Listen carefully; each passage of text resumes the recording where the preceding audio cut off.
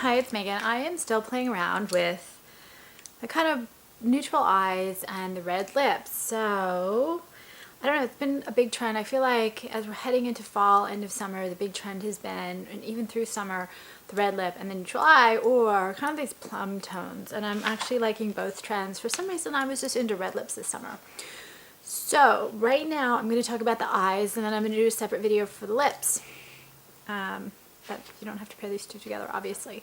So first on the eyes, it's the Chanel Tisse Rivoli, which is number 226, Les Four Ombres Eyeshadow Quad. So these are $61 for 0.07 ounces. I think we all know that Chanel is never going to be the cheapest option on the block.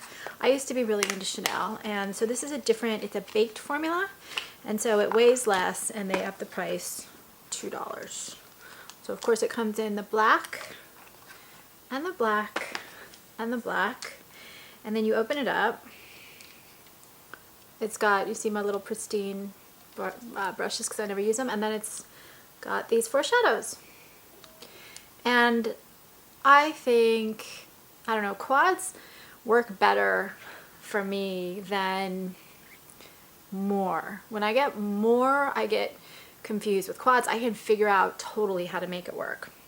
So I'll show you how I did it. So anyway, they are basically replacing most of the Chanel shadows, and baked versus not baked, and they had 8 new ones, and then they had a limited edition, which I guess is still available some places but not online. But I just decided to skip that because what fun is that, right? If it's already gone, why do a video on it?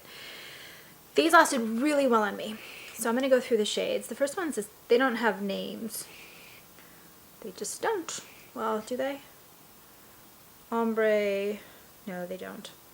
So the first one right here is this one right there in the outer left corner. And I have outdoor swatches. So this is what it looks like. It's not the same inside as it is outside. This is described as a golden taupe, and it's a dark taupe. It's got warm undertones. These are all frosty shades. They are super shimmery, all of them across the board. This one outside just has a lot more complexity than I can see inside. It looks just like a taupe inside. Outside I saw a lot of other shades kind of wandering throughout this. It was very, very pretty. These are very silky, they're shimmery, they're shiny, they blend, I don't know, almost too well. This is always a preference, like what you like with shades. They're amazing quality. They are absolutely beautiful. They are definitely shimmery. They remind me a little bit of the YSL new formula, if that makes any sense, because they are shimmery. They're opaque, but they're so shimmery. They're almost metallic, and they're a lighter, easier to blend formula. So if I were to complain about anything, it's just that they kind of blend into each other a lot, which, if that's the look you want, perfect. But if it's not the look you want, maybe not so perfect. They last about 9 hours on me without a primer, and they last longer with. I don't really need a primer to build them up, although some of them are pretty light, so they're really not build upable. This one right here is described as a light rose beige, and this is, ooh, let's see if I can, it's not going to show up. Okay, on my finger, it's going to show up better than on my hand, right there. And it's a gold shimmered light beige, and it's actually quite warm, though it does have, I'm looking at my notes, it does have that metallic finish. And metallic on me always looks a little bit cooler. It's semi-opaque. This is one of the more semi-opaque, less opaque, but it's still super soft and silky, and it really just wears well for a light shade like this. The third one is described as a rose gold beige right here, and this is a warmer toned palette in my opinion. And so this is it on my finger, and it's, none of these are going to show up that well. This is, it's right there.